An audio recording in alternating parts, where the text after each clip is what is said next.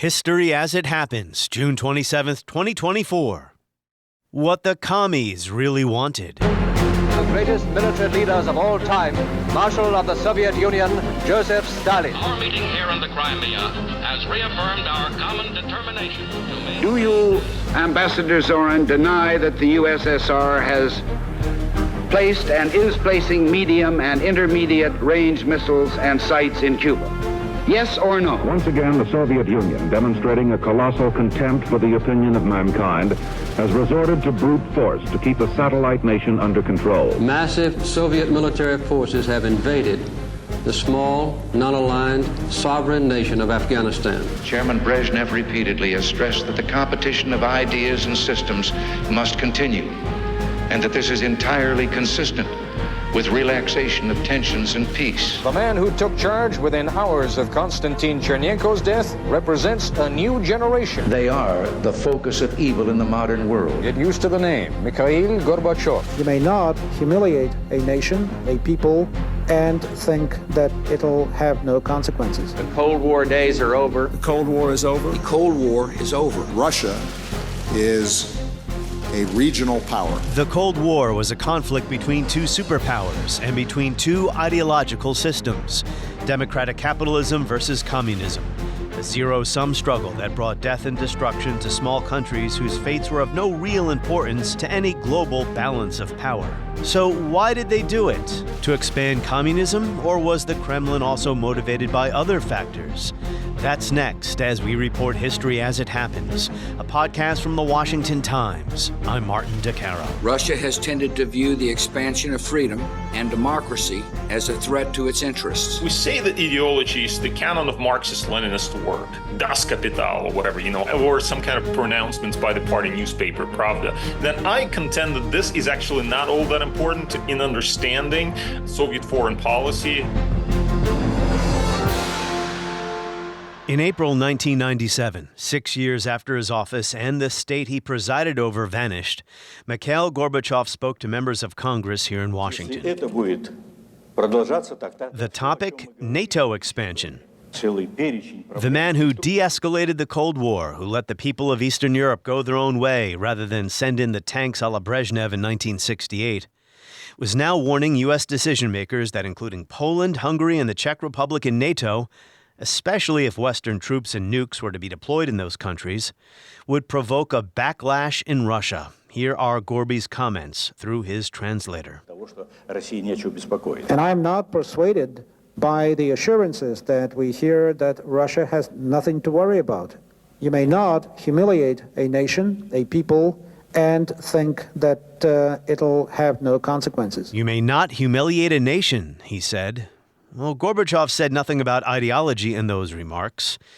His ideology no longer ruled the Kremlin, of course, and in that year, 1997, Russia was ruled by Boris Yeltsin. He was no longer a communist. And Yeltsin's eventual successor, also no fan of NATO expanding to Russia's borders, does not subscribe to an ideological system either. His name, Vladimir Putin. All three leaders grumbled about NATO because its expansion represented Russian humiliation and retreat, a loss of national greatness, prestige, and power.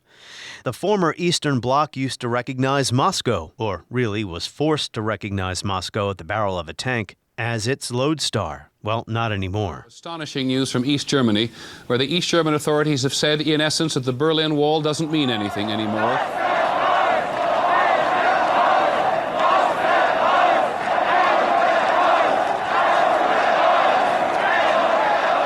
Thousands and thousands of West Germans come to make the point that the wall has suddenly become irrelevant. These ideas are the focus of historian Sergei Radchenko's provocative new book, To Run the World, the Kremlin's Cold War Bid for Global Power, a reinterpretation of what drove Soviet motivations and aims.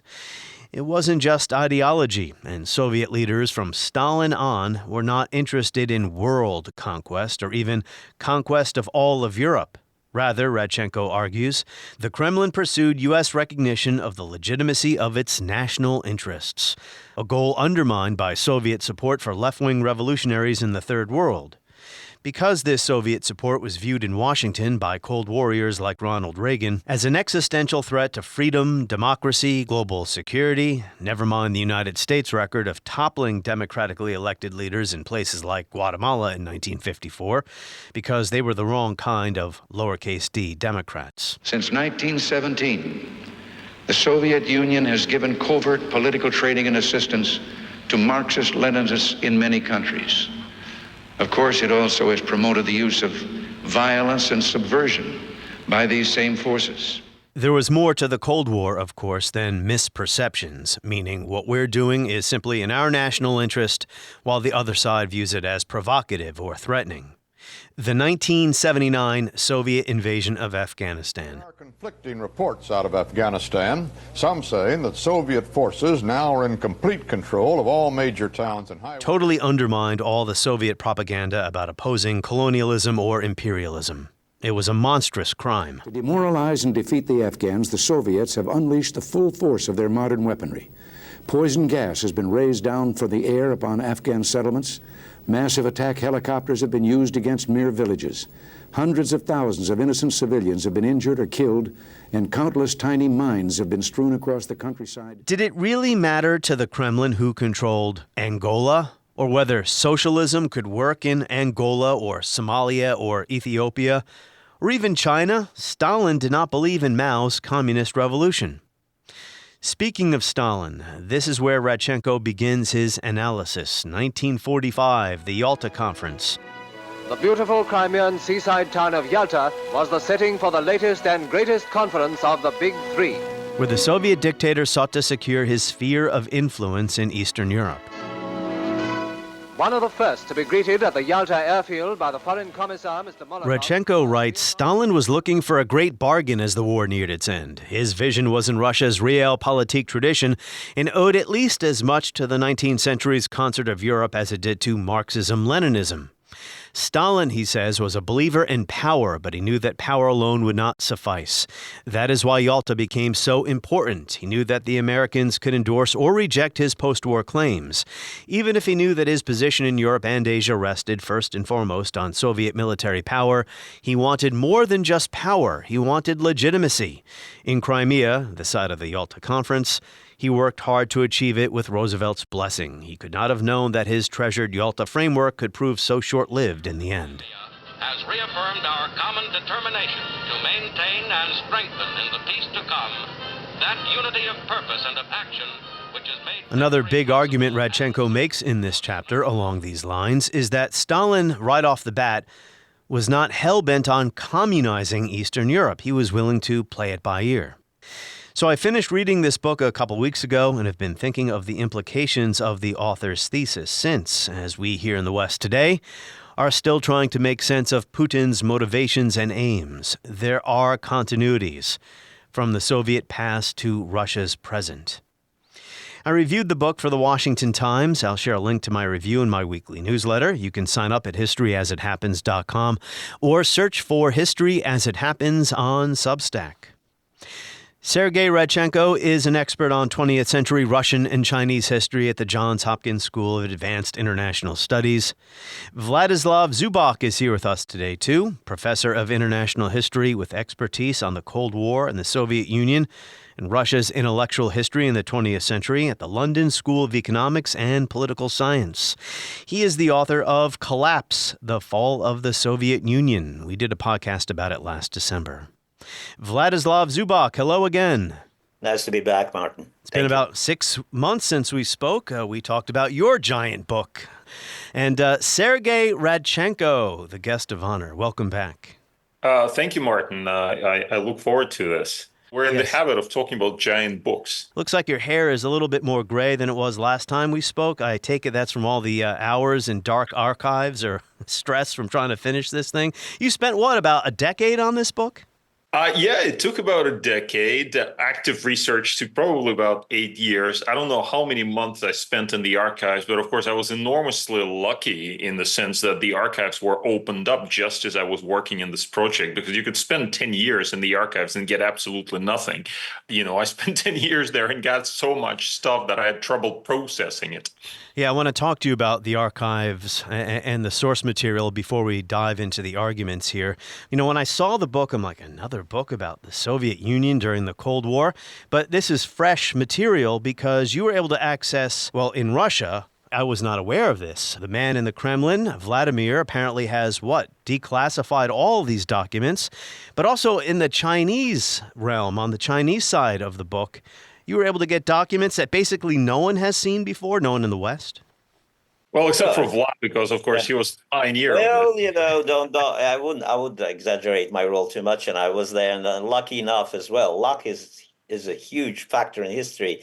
I had the moment, the first declassification wave, and took great advantage of it. It was a collective effort. Many people took different kind of snapshots of archival reality, and then we were lucky to have a network that we shared those documents and so on and so forth.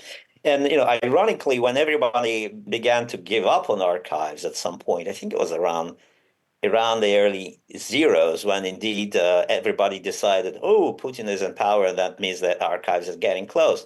And that turned out to be the most fruitful decade. And I moved, my interests moved elsewhere. I first worked on a book about Russian intelligentsia, trying to become a cultural historian. I think I failed. Nobody accepted me as a cultural historian. So I moved back to the Cold War era collapse. But Sergei was toiling there day and night, indeed, and also benefited hugely from the fact that he's fluent in Chinese and lived in China also for a long time. So that's a phenomenal, really unrivaled source base, I think, that his book rests on.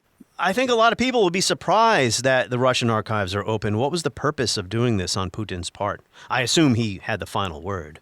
Right. Well, Vlad and I have discussed this for a long time. And, you can have a conspirological approach to that or a bureaucratic approach to this. And I don't know which one works. The reality is that Russia for a long time had declassification laws, just it wasn't working. They had to create a commission to declassify documents. I think part of the problem was also the lack of funding. And then suddenly Russia was aflush with money, including the archives, and they got money. But I do think that Putin's interest in history may have contributed to this. Even in recent months and years, they have been declassifying stuff. I was just reading some Russian news today, and it turns out that the Russian intelligence service has been declassifying stuff as well, and they're publishing stuff online. But that is more for propagandistic reasons. Nevertheless, they are putting those documents out there. But what we saw in Russia, starting from approximately 2013 and going forward, is just massive declassification of whole papers of leaders, people like Khrushchev, people like Brezhnev. We're talking about tens of thousands of pages or hundreds of thousands of pages of documents that suddenly became available. Now, in China, and China was mentioned a couple of times, the process was actually very different. So there was a brief moment, and I was just there at the right moment when you could get this stuff. So I had access to top-level materials on the Chinese side. And then with the arrival of Comrade Xi Jinping in power, things really started shutting down. So I was in China for 4 years, and I was just so lucky being able to go to the archives at that time, collecting all these materials, whereas now even the Chinese historians would not have any access. Everything has shut down. But in Moscow, you can still have access if you go there. Which I would not recommend many people do. But no, you might wind up in, and we shouldn't even laugh about this. Yeah, you might wind up in jail, charged with espionage.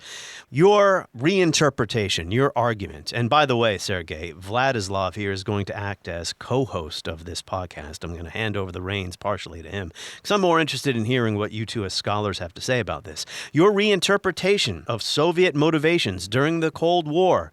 We all assume this was a clash of two rival ideologies. You're saying that ideology wasn't really all that important after all. Why don't you take it from here? All right, well, I would say... Or not as important as we have assumed. It's a complex interpretation. What I do is I do not say that ideology did not matter. I question what is ideology fundamentally. If we say that ideology is the canon of Marxist-Leninist work, Das Kapital or whatever, or some kind of pronouncements by the party newspaper, Pravda, then I contend that this is actually not all that important in understanding Soviet foreign policy. Look at Khrushchev or Brezhnev. Did they ever read Das Kapital? I bet you they never even read this stuff, right? But if you look at ideology in a broader sense, as a world outlook, as how those people perceive themselves, their sense of who they were, their identity, then I think ideology is important. It cannot be taken out of the picture. This discussion has a danger of turning a bit semantic in terms of, what is ideology, what is not ideology. People, half the time in the scholarly world, between academics, we have this fierce disagreements about terms. And if we actually specified what the terms are, I think we would come to an immediate agreement. But what I try to do in the book is I actually put all of this aside and I say, okay, fundamentally, what is it that the Soviet leaders wanted? And I contend that they wanted legitimacy. They wanted to be recognized in their greatness. They wanted to be recognized in their position in the world and the position of their country in the world. And they wanted to be recognized by various audiences. Now, some of those could be ideologically defined, others could be defined in terms of, great power politics. So, for example, I argue that they wanted to be recognized by the United States. Why? Because the United States is the main recognizer. That's the big power out there. If America recognizes you as great, you must be great. Yeah, it's much more important than some third-rate country, so quote unquote, recognizes you as great. So the Soviets always craved American recognition. They also wanted China's recognition for a different reason, because China represented the authority in the communist world. And of course, communist world itself is an ideologically defined concept, but the Soviets craved legitimacy of leadership in the communist world, and they wanted to be recognized by the Chinese. And so these different forms of recognition were in constant contradiction and constant tension with one another. Because if you want to be recognized as a great power by the United States, you have to conduct a responsible foreign policy and do some reasonable things. If you want to be recognized as the leader of the communist world by the Chinese, you may have to do some other things that are maybe not so responsible as far as the Americans see them, because you would be undermining, you would be promoting revolution in the third world. And so the Soviets, they never quite squared those two forms of recognition. Here's another thing they couldn't figure out. They never could figure out whether they wanted to be recognized as a partner of the United States or as their main adversary, because both of those things actually have a legitimating aspect. If you're recognized as a partner of the United States, you feel great. Here we are with the United States running the world. Brezhnev wanted to do that, especially Brezhnev. They all wanted to do it, but Brezhnev especially. But you also could be legitimated by being recognized as America's great adversary. See, we are America's number one enemy, therefore we're legitimate. This becomes very complicated, but the bottom line, and this is what I try to argue in the book, is that they craved recognition and different forms of this recognition, and they would go far to try to be legitimated by external actors, especially the United States. I should start by praising Sergei. Well, first for pulling out such a monumental project. And I know personally how difficult it is to go through all this history. It takes years indeed. And by the way, he wrote a bigger book than mine, which is another achievement. But also, he threw this giant stone into this pond that we call Cold War history, Cold War historiography, where most of people decided there's nothing to be discovered in the behavior of Moscow or even Washington. Let's go to periphery. And Sergei writes about it. That was this movement started by, mutual friend Adar Nevestad to go to the periphery of the Cold War, to describe new actors, to explore new countries.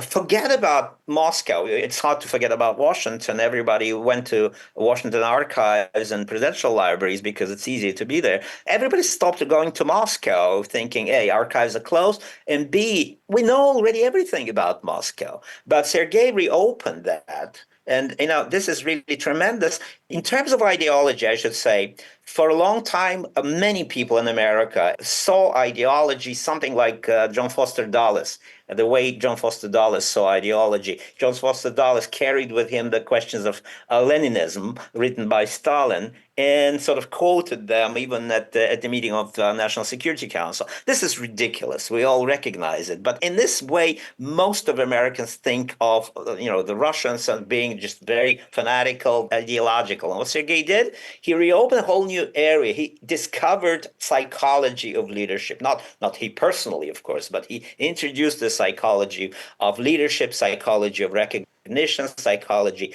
of credibility, all those words that were repeated ad nauseum in Cold War history, but never unpacked sufficiently. And most importantly, historians never had documentation that could help to unpack those notions. So this is why I think we're dealing with a new interpretation of the Cold War, A, and B, we have an opportunity to argue again about the role of ideology as part of the more complex picture. Because, ideas can be everything. Ideas can make leaders. Leaders may believe these ideas or they may not. Did Stalin believe in everything he said? That's ridiculous. But if he hadn't been the leader of the communist movement, if millions of people had not recognized him as a leader of a communist movement, he wouldn't have become Stalin. He would have been a bloody dictator who would probably even have become a ruthless tyrant and leader of the Soviet Union. He would have never become the great Stalin, recognized by workers of Milan, coolies of Shanghai, Vietnamese and everyone. Ideology matters hugely. It's just we need to introduce it into more complex things. So, kudos to Sergei for doing it. And so that's what I try to do. And thank you, Vlad, for having this very nuanced take on my book. I obviously, this is great to hear from you because what I try to do is to show not that ideology does not matter. I just try to show how it matters, present a slightly different take on it and say, well, this is part of the picture. It's like if you're constructing this pyramid, I refer to Maslow in my introduction, the pyramid of human motivations, which, by the way, has been criticized by psychologists. But I say, well, here are different motivations. And remember also that, even if you agree, which is impossible, what ideology actually is, you then come to the next problem in interpreting whether ideology was the prime mover, whether it was instrumentalized for certain purposes, and it could have been instrumentalized, and sometimes it was both. Did they know themselves why they were doing these things? In other words, it becomes vastly and hugely complicated.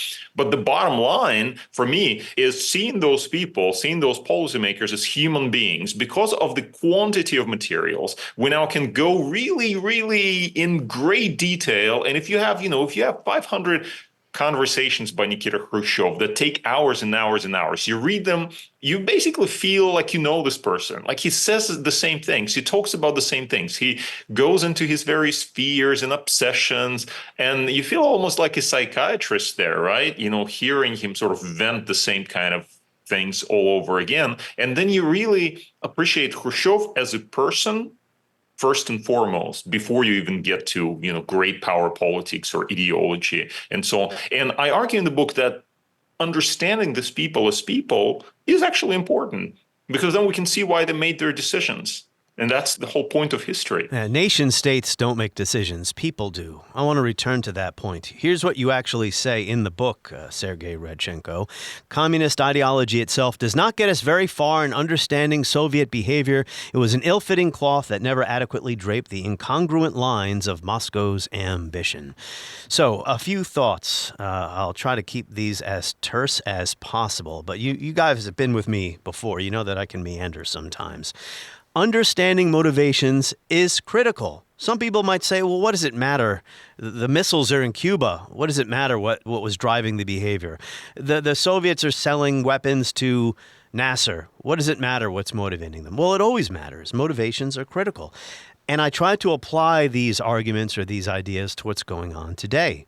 Because for the past quarter century, politicians, policymakers, commentators in the West have not understood correctly what's going on with Vladimir Putin.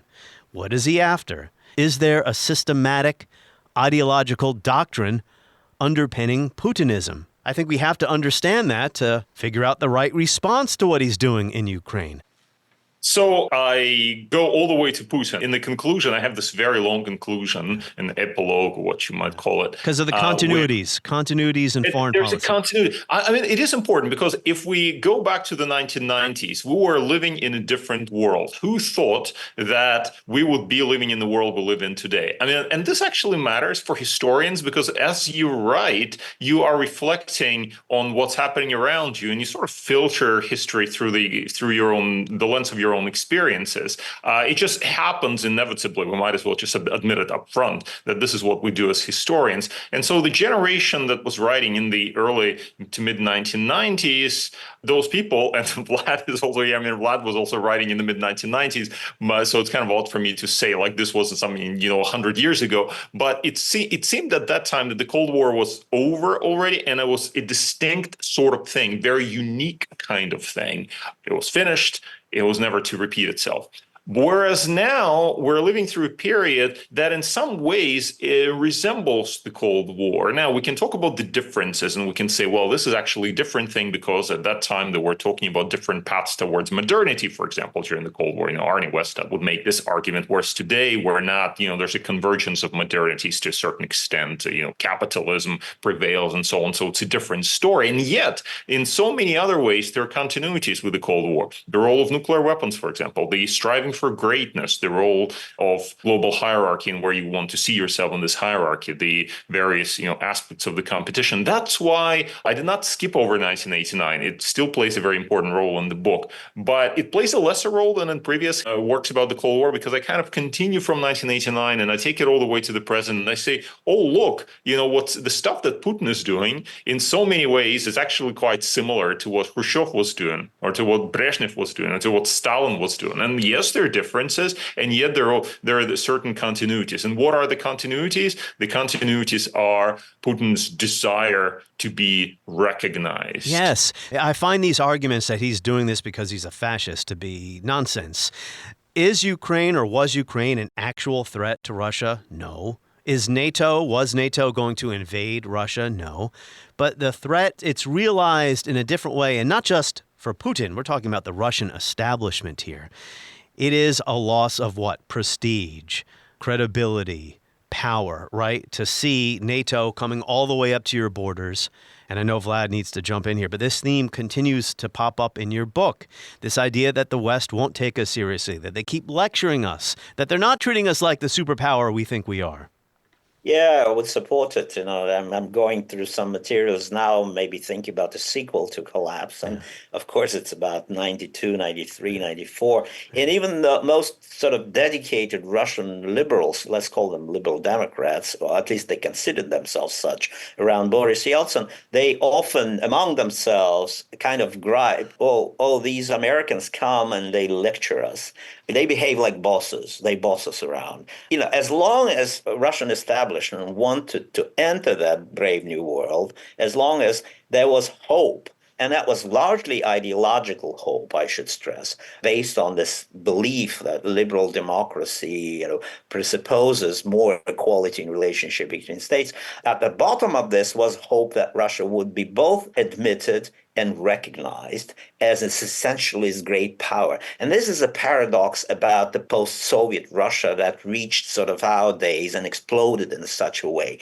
There was a paradox of trying to enter the new liberal order and being sort of half accepted, half rejected, because non-admission of Russia into NATO while they admitted Eastern Europe was taken as rejection, as well as the EU. And there were many attempts when Russian politicians and Yeltsin and others suggested that Russia should be part of the European Union. And of course, never publicly, but privately, EU officials would say, never in our lifetime and never Russia would become part of the EU. But that quickly flipped into the feeling of rejection, ressentiment, and revenge. And actually some politicians of that time, for instance, Grigory Yavlinsky, who was, in my book, Collapse, and later on continued as an economist under Yeltsin, they talked about the Versailles syndrome of Russia, of course, having in mind Germany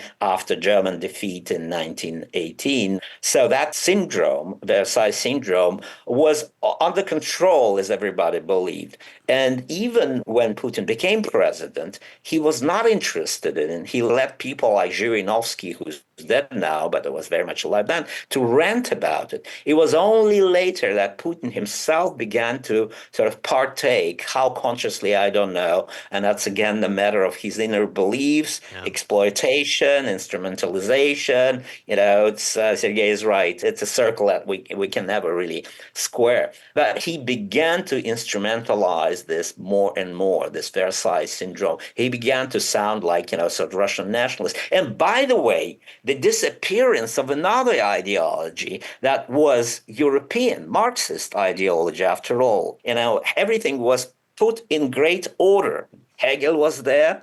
Feuerbach, Marx, political economy was there. It was very European, rational, logical system, although it was absurd, of course, in practice. But as a theory, it was rational. Once it crumbled, all kind of inner Russian feelings, like, miasmas, like, protuberances, without shape, without real system, entered that vacuum. So in my view, Putin doesn't have any ideology. He can say whatever. He's a creature of chaos, ideological chaos that emerged in Russia after the crumbling of this absolutely European logical system of belief. But it was, Vlad, just to add very quickly, all of those things, the scraps of ideas and various things that were beneath the ideological framework during the Cold War were already bubbling up. And we can see that in the 70s and the 60s. We can see that with Brezhnev, for example, in the way he treated China, with his very racial conceptions towards China. Where did this come from? This is not in Marxism. You don't find it there, right? So it's something else. And then when the whole thing crumbles in the late 1980s, then it all comes to the surface. Exactly. At least it was under wraps and under control, more or less. This does not mean, though, that Putin was pursuing realist concerns or realist interests in Ukraine. Or maybe it does. It does mean that you may not be an ideologue, but that realist interests are not rational, because there is no rational reason to invade Ukraine. When I brought up the point about how Ukraine wasn't a threat, NATO wasn't a real physical threat, but that the threat in their minds is realized or is viewed in these other terms, these fuzzy abstractions, as you might put it: credibility, prestige, recognition, legitimacy. So, this brings us to a big question that people have been grappling over for a very long time, and that is, how do states, or people who run states, how do they make decisions? What motivates them? Is it the form of government they have, or is it realism? Maybe I need to find an example from your book that we can talk about this so it's not so abstract, but I don't know. Go ahead. That makes it a little bit more difficult for me. Let's begin with Stalin, maybe. It's always easy to proceed chronologically. Yeah, Stalin. So, here, actually, I got another point on top of that long point. You're talking about ideology. On the pages of Marx and Engels and all of this, what was happening in the Soviet Union was not that. But it was still an ideological state in that its leaders believed they were moving somewhere, right? The 4 stages, the stage theory of history, which Marx got from Adam Smith. So by Stalin's time, Khrushchev's time, they still were under the illusion they were moving towards communism, or they were building socialism. Yet at the same time, Stalin, he kind of just disposes of this idea that war with the West is intractable. So, I grew up in the 1980s. I know this is a very long point, but I have so much on my mind from reading your great book. I grew up in the 1980s. For a long time, I thought Soviet expansionism was one word. The Soviet Union wants to conquer the world. I heard Ronald Reagan talk about this all the time. The Soviet Union has always presented itself as a champion of anti-colonialism and national liberation. History presents a different picture. To ignore the facts of history and the aggressive impulses of an evil empire, to simply call the arms race a giant misunderstanding. Since 1917, the Soviet Union has given covert political training and assistance to Marxist-Leninists in many countries. Of course, it also has promoted the use of violence and subversion by these same forces. Well, even in Stalin's time, he was willing to, just drop certain things when common sense got in the way. The fundamental point that goes here, that really drives to the heart of this, is whether the Soviet Union was a revolutionary power or a status quo power.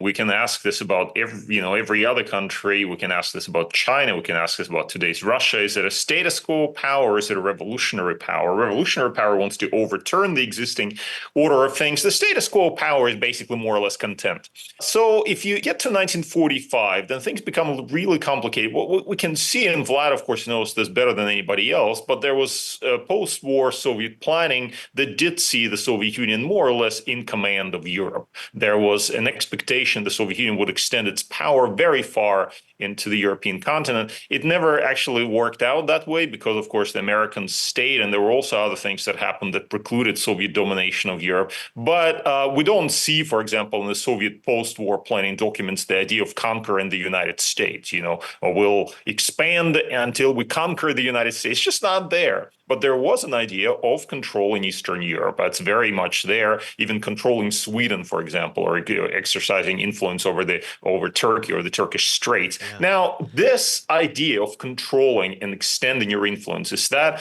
a kind of a revolutionary idea? Is that also a communist idea? Or, is it a realpolitik idea? This is a very difficult problem to square. And of course, that's why Vlad, in his book with Konstantin Pleshakov, Inside the Kremlin's Cold War, adopts this revolutionary imperial paradigm that really covers that aspect of Soviet foreign policy. But I also asked this question in the book, what did Stalin want? Did he want essentially communist governments in Eastern Europe? You say not right away. That was not a given right away. What I basically argue in the book is he wanted a division of Europe into spheres of influence, and he wanted Yalta to work out. He really put a lot of faith in Yalta, and he was willing to actually moderate his appetites, and that's interesting, in order to maintain the legitimacy of the Yalta Accords. And he did that on a number of occasions, including in Greece, where his position was, okay, we'll let the British have that, although that changed later. It changed approximately by 1947. He changed his position in Greece. So also, most notably, was the case in China, where he was basically clipped Mao Zedong's wings,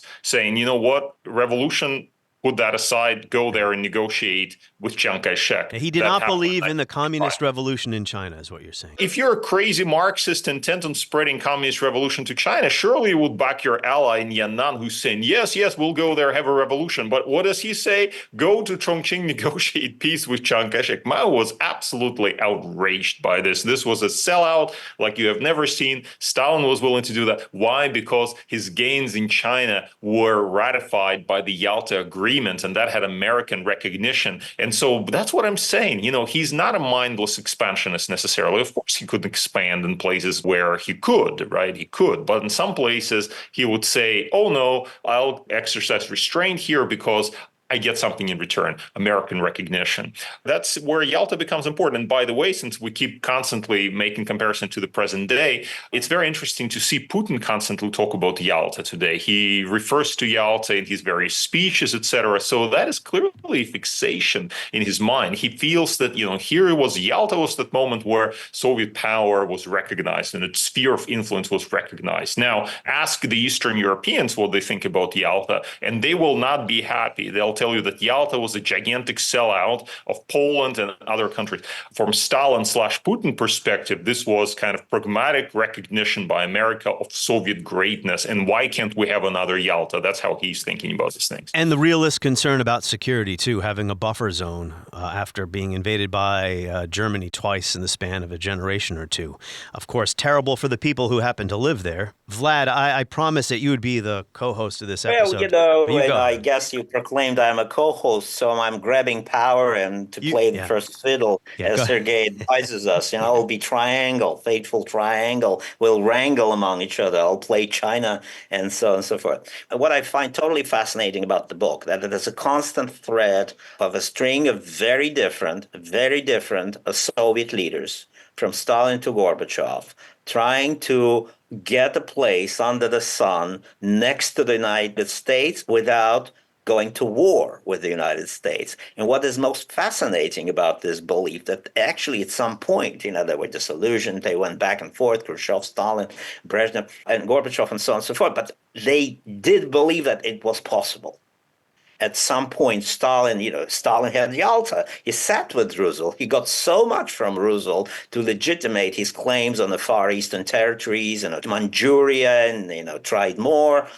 What they didn't realize, none of them realized, from Stalin to Gorbachev, they never realized that the United States is such a revolutionary power that never recognizes any second great power next to it. And we're seeing it. If we're talking about Putin, we should talk about Xi Jinping. We're talking about the potentially new Cold War here, where two huge powers, China and the United States, are walking the same walk, talking the same talk, trying to avoid the Thucydides trap, as some political scientists tell us, and not being able to avoid the Thucydides trap. So what is about that? I think American factor should be part of this discussion in a much bigger way. Sergei, it's not a reproach to the book. It's big enough, and America is there. But it's not my thesis. It was said by many, many clever people before. What we should admit that the United States revolutionized the world much more than the Soviet Union. The United States abolished the language of spheres of influence. That was a sine qua non. That was, without any question, the central theme of European and world diplomacy before Wilsonianism. Right. So the United States said, we're the only power carrying the torch and carrying the light. So join us. Those who don't join will be against us. So, American factor was huge. And what is so fascinating, and Sergei shows it very well, that the Soviets could not just learn this lesson, that there was no way for them to stand next to the United States and to co-run the world. So they were, in a sense, trying, each of them, Khrushchev, Brezhnev, and of course Gorbachev most famously, began by trying to make peace and reconciliation with the United States, to divide sphere of influence, to co-run the world, if we reduce slightly the title of Sergei's book, and ended up being angry, frustrated, alienated, and very adversarial vis-a-vis the United States, using ideology, using missiles, using all kinds of tricks to teach Americans the lesson. And that lesson was never learned, by the way, in the United States. Individuals like Kennedy may have learned it after the Cuban Missile Crisis, but not the society. Yeah, sometimes, I'm not saying this was your intent, Sergei, but sometimes as I read your book, it was like, was the Cold War just a battle for reputation? Two men sticking their chests out at each other? Well, to a certain extent, right? Yes. Obviously, the Cold War was not entirely. Obviously affected all spheres of life, and there were some real issues involved, right? Would we want to see the world that looked more like the United States or more like, Stalinist USSR? That's a real question. I mean, this question that Vlad very eloquently referred to of the Soviets hoping to run the world together with the United States. I mean, this especially becomes very interesting during détente. Most of the book is spent on détente, actually. I think most chapters, it's very strange also. Usually people don't write about Brezhnev all that much. Like, who cares about Brezhnev? But turns out Brezhnev is an extremely interesting personality. And then I was trying to dig into this. Like, what was he trying to do? He loved Nixon. He was trying to be recognized by Nixon. He was so excited to, as he put it in one of his toasts, to hold the future of the world in their hands together with Nixon. Was that a sustainable proposition long term? And this is where it becomes really complicated, because there was a rivalry between countries, there was a rivalry between leaders, and for all the protestations of goodwill, when the Soviets had an opportunity to stab the Americans in the back and get away with this, they would do it.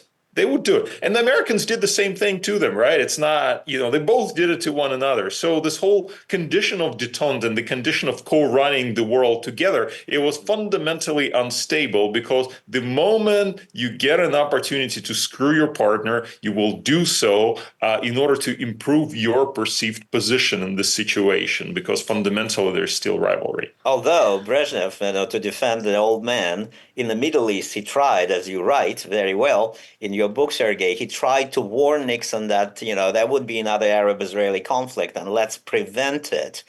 But, the idea of Henry Kissinger, was to get rid of any Soviet influence in the Middle East. That's right. Not to co-run the Middle East, but to get rid of the Soviets. Here's where it becomes super interesting. The war starts, Yom Kippur War, October 1973. 1973, in a few days, in a couple of weeks after the invasion, actually the first few days after the invasion, the Egyptians start winning on the ground against the Israelis.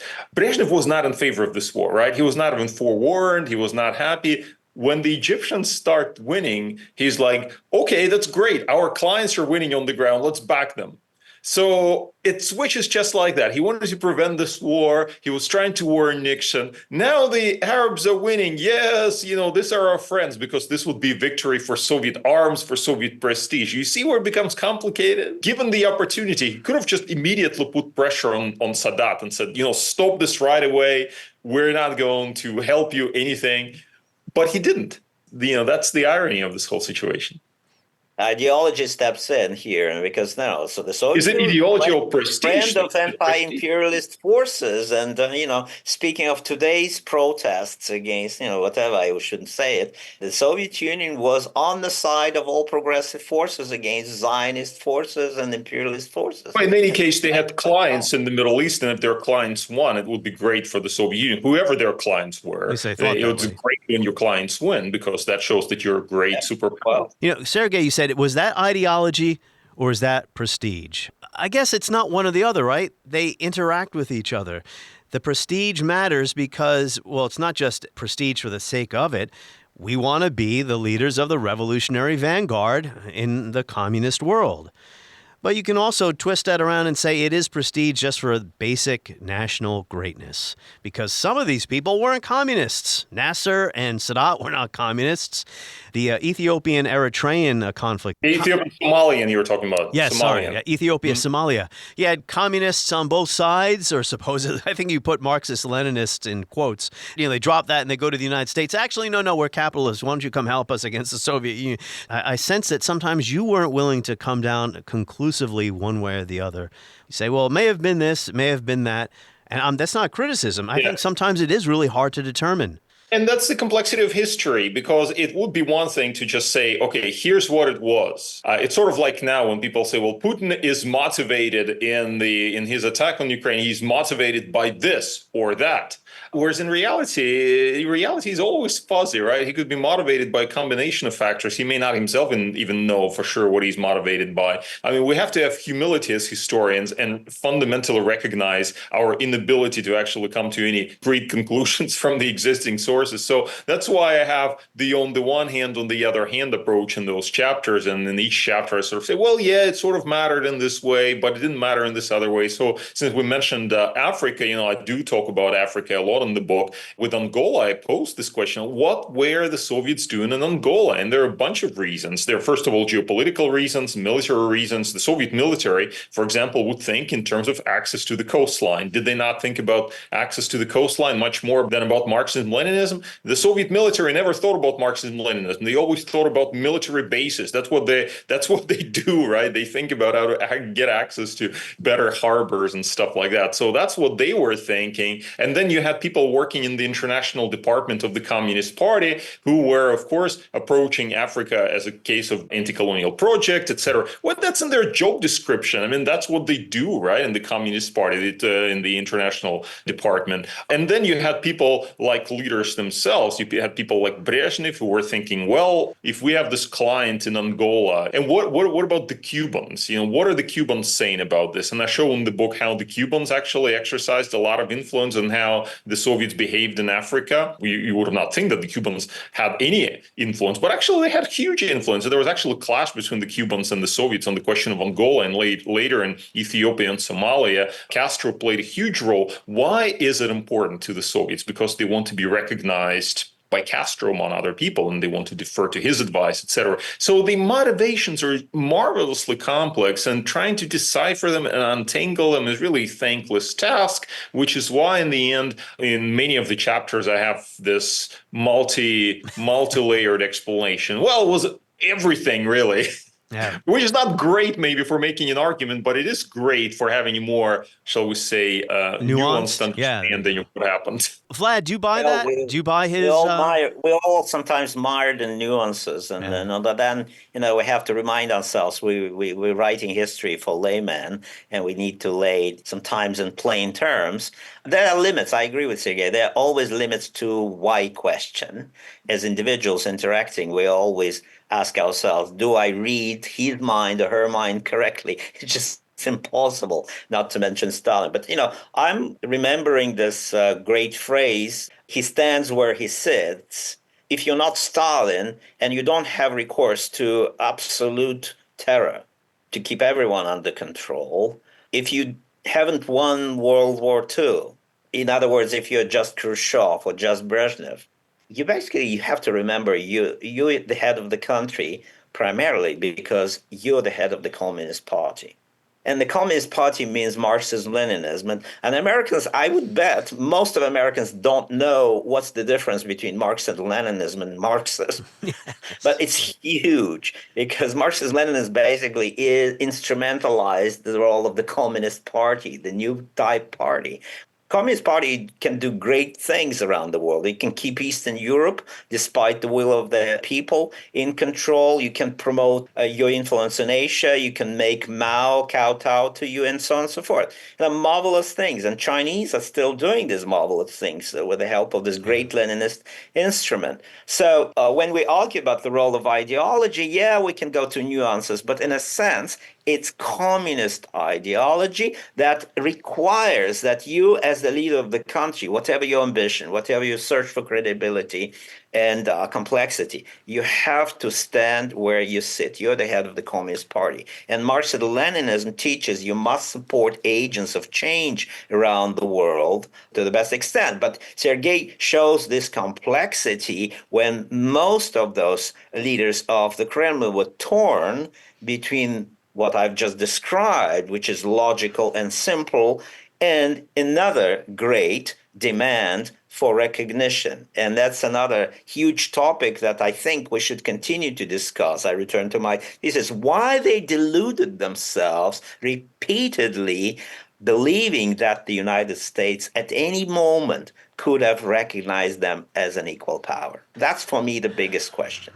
And that is very, very important for the future of the world, because we're talking about Sino-American world, and that is a future for us and our children. Without the ideology, we don't have Vietnam. I have a question, actually, for Sergei, because we're talking about psychology and psychology of power, psychology of leadership. At some point, Sergei, you mentioned wise things and not unwise things. For instance, Stalin unwisely pressed on Mao, Soviet control over some companies in Manchuria, but then wisely accepted some things. We have a friend, another great friend, Melvin Leffler, who spoke about American policymakers, Truman and Eisenhower administration, mostly Truman, as being prudent, but sometimes unwise. Could you give us examples of wisdom on the Soviet side of the Cold War, prudence on the Soviet side of the Cold War, and maybe paranoia? So that's all super interesting, good, very good questions. And on the question of wisdom and prudence, I would just draw attention to Khrushchev. I think that's probably a key example, because we think of him as this guy who was sort of slamming his shoe at the UN, was just outgoing and quarreling with Nixon over kitchen appliances or whatever. But in reality, Khrushchev had so much common sense when it came to certain things. Like, for example, he notably, when it came to the brink of nuclear war, and Vlad, we've written about this for Foreign Affairs, he backed off. Why is that? Because he had personal experience of war. He knew what war was like. His son died in war. And you could say, you could make it 10 or 100 or 1,000 ideological arguments while it made sense to stand firm and to oppose American imperialism. And he just cast it all aside and said, you know what, we're backing off. We're backing off. And this is wisdom that really goes deeper than any kind of ideological picture of the world, anything like that. An example of where he was perhaps not so wise is going to China in 1959 and quarreling with Mao Zedong. What was this about? Remember that famous episode with Marshal Chen Yi saying there something, offending Khrushchev, and Khrushchev saying, well, don't spit at me. Why are you spitting at me, etc. This is ridiculous. It does give, a sense of almost a fight in the bar or something like that. And you think these are leaders of great states, in the Soviet case, armed with nuclear weapons. And yet he comes down and he just behaves like a complete idiot in some of those interactions. But of course, in a sense, that also underlines his humanity, because we're all capable of doing stupid things. And the fact that Khrushchev did stupid things should not surprise us. The fact that Mao did stupid things, criminal things, when we're talking about death of millions of people, right? That should give us a pause right there. What about Gorbachev? Because this is the main hero of my book. Do you think, Dan was right when he allegedly said that Gorbachev was a political idiot? In Vogel's book, right, the Gorbachev was an idiot because he prioritized politics over economics. Gorbachev was vain. That's what I find. This is his most interesting characteristic, as far as I'm concerned, is his vanity. He was so vain in so many ways. And the fact that he kind of looked down at the whole Chinese experience, saying, well, we are the prophets of reformed socialism. We are it. And what are the Chinese doing? Who cares? I think that was slightly counterproductive. So I think if he was a little bit more reflective and looked around for better examples of reform, perhaps he would have not committed some of the terrible mistakes that were committed in the course of Soviet reform. And Vlad, you know where I stand. I'm basically in agreement with your book and your arguments about the conduct of Soviet reform, the way that the Soviet Empire collapsed in some ways led to some of the consequences that unfortunately we're facing today. The passage of time makes for a different evaluation, because if you stood there in Moscow in 1991 and you see, things falling apart around you, you would say, hey, this is great, freedom, freedom, freedom. But the way things happened then lead not to freedom, but to war and tyranny. And we need to then go back and re-examine and ask questions. Where did it go wrong? And I think you do a great job in your book, better than I do, I think, in my book. Yeah, well, a lot of that had to do with internal decisions and internal behavior on the part of Soviet Union, then Russia. But even as the Soviet Union was still barely existing, before it was all over, even then Gorbachev was warning the West, don't dance on our grave. This is a victory for democracy and freedom. It's a victory for the moral force of our values. I'm consumed with this question. You address it somewhat in your book, because it is probably the most tragic aspect of the Cold War. I mentioned before we wouldn't have Vietnam without the ideology. I've come around to the position that this had a lot to do with this fuzzy notion of credibility. Did Lyndon Johnson, who was a very insecure man, did Lyndon Johnson really believe if the United States didn't stand up for its non-democratic ally in South Vietnam, that it would be another Munich? Did he really believe that a civil war in Vietnam was an act of foreign aggression, foreign expansionism? Most of the non-communist nations of Asia cannot by themselves and alone resist the growing might and the grasping ambition of Asian communism. Our power, therefore, is a very vital shield. If we are driven from the field in Vietnam, then no nation can ever again have the same confidence in American promise or in American protection. Did they really believe that if we don't stand up for South Vietnam, our credibility with our other allies will be ruined? So this is how a war, a Cold War, that was framed by ideology, brings death and destruction to places that were of peripheral interest. This is the tragedy. The inability to differentiate between vital interests and peripheral interests. I agree. And what I argue in the book is that this problem of credibility is not something that only the Americans had. Also, the Soviets had the same thing. And so they would get stuck in places for some of the same reasons. Like, look at Afghanistan. They understood very early. They understood literally a month after the intervention that this was a horrible mistake. And yet it took them 10 years to get out. And you sort of have to ask the question, why does it take 10 years to get out from a war they know is not going well for them? And the answer is, of course, it's credibility. But this is a psychological issue, right? We're going back to this question, the role of psychology and what a huge role it played in throughout the Cold War and still continues to play today, because people get attached to causes and they'll say, well, if we lose this will, undermine American credibility, or this will undermine my own credibility as the president of the United States or as the general secretary of the Soviet Union. And because they get attached to this, then it almost becomes a self-fulfilling prophecy. legacy. So it was with Vietnam. I talk about, there's a whole chapter in the book about Vietnam. I have a very different view simply because I'm applying a different lens, and I'm looking at Vietnam from the Soviet perspective. And what I see there is that Vietnam also mattered to the Soviet Union, but not in the same kind of way that a lot of people think. It mattered in the context of the competition with China. And that's where China becomes a huge factor. The Soviets were worried about losing Vietnam, not to the Americans, but more to the Chinese. They were worried about losing Vietnam. So for them, there was also kind of a domino theory or reverse domino theory or credibility problem.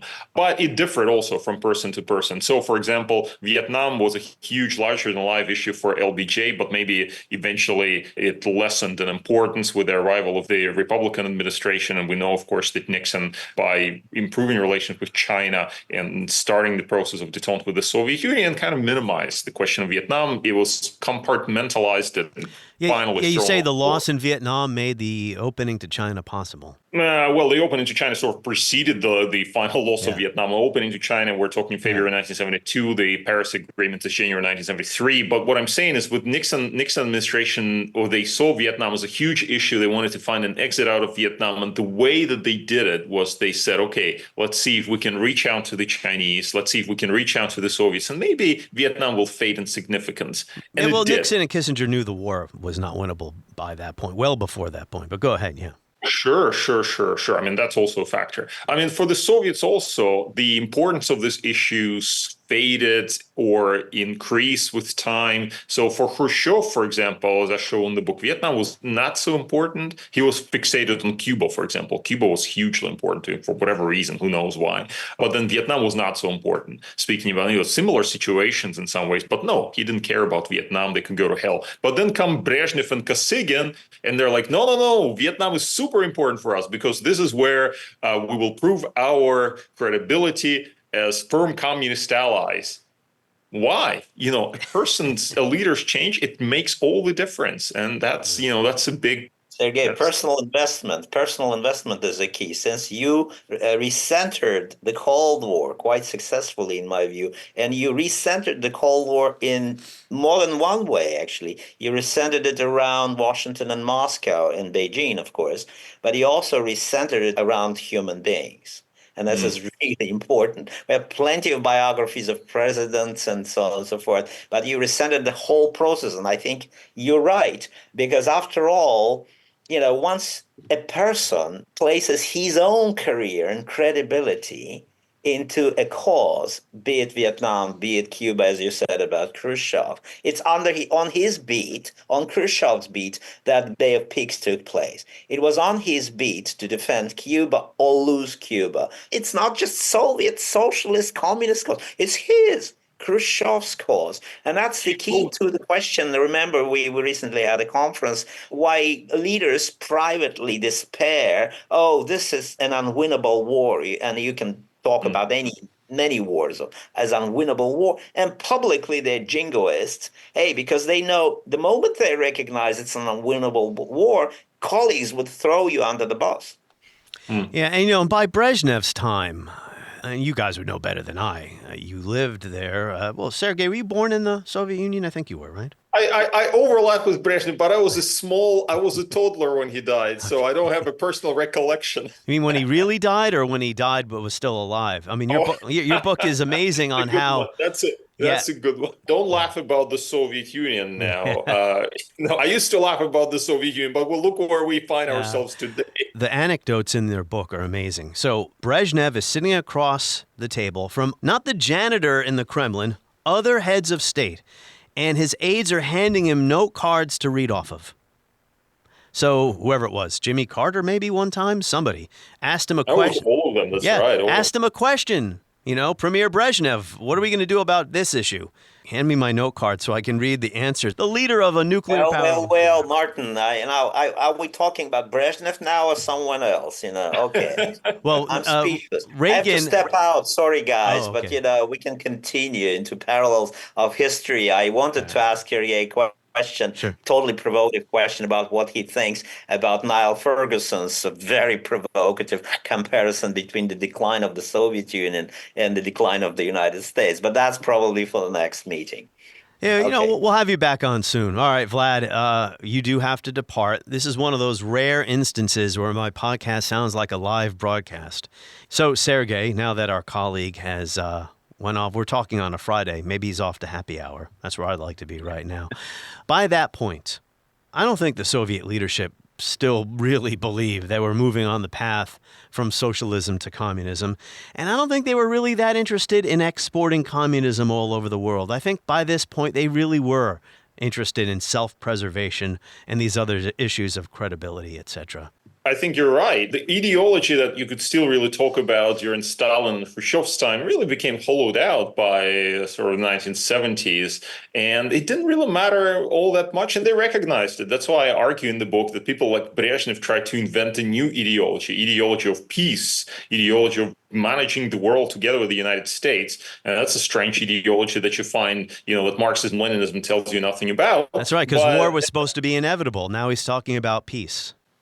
Yeah. Well, because, he has to face the reality. By the 1970s, the Soviet Union was truly a status quo power. It just tried to preserve what it had. And in fact, I'm now, we're talking about this big book that I've just published, but I'm working on a new book now that looks at energy in Soviet foreign policy making. And here's a remarkable thing. By the 1960s, the Soviets realized that communism was not reachable. They could not get there. And they even tried economic reforms. They were thinking, how can we keep this thing afloat? It's falling apart. They tried economic reforms, but in the end, what they realized, and that's mid-1960s, is that they're sitting in oil and gas, and they could profitably sell it to the world and get some hard currency and sustain their project. And they continued to do that until through the 70s into the 1980s, until oil prices collapsed and then basically made reform completely inevitable. It's almost like a technical explanation of how communism ended. But there it is. There it is.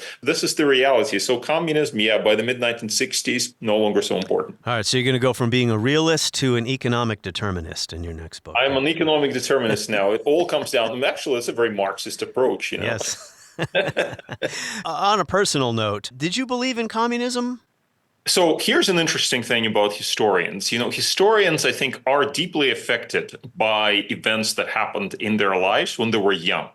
And in my life, when I was an adolescent, when I was effectively coming of political age, the Soviet Union was collapsing and things were falling apart. And people who believed in communism one day, the next day became ardent Democrats. And then a few years later became ardent Putinists. And so you look at this and you think, well, were they really communists? How can they change their ideologies so fast, like a new jacket or something? That is something that worried me. Now, as for myself, I never was a member of the Communist Party. I was a young pioneer. I was, as a child, certainly on a trajectory towards quick career growth as a Communist Party official eventually, but I never got there. The whole thing collapsed while I was still not quite a teenager. Yeah. Well, when I was a teenager, Christmas Day, 1991, I can't remember if we had the family television on when President Bush delivered these remarks. For over 40 years, the United States led the West in the struggle against communism and the threat it posed to our most precious values. This struggle shaped the lives of all Americans. It forced all nations to live under the specter of nuclear destruction. That confrontation is now over. The nuclear threat, while far from gone, is receding. Eastern Europe is free. The Soviet Union itself is no more. This is a victory for democracy and freedom. It's a victory for the moral force of our values. Every American can take pride in this victory, from the millions of men and women who've served our country in uniform to millions of Americans who supported their country in a strong defense under 9 presidents. So much optimism, so much victory. And now look.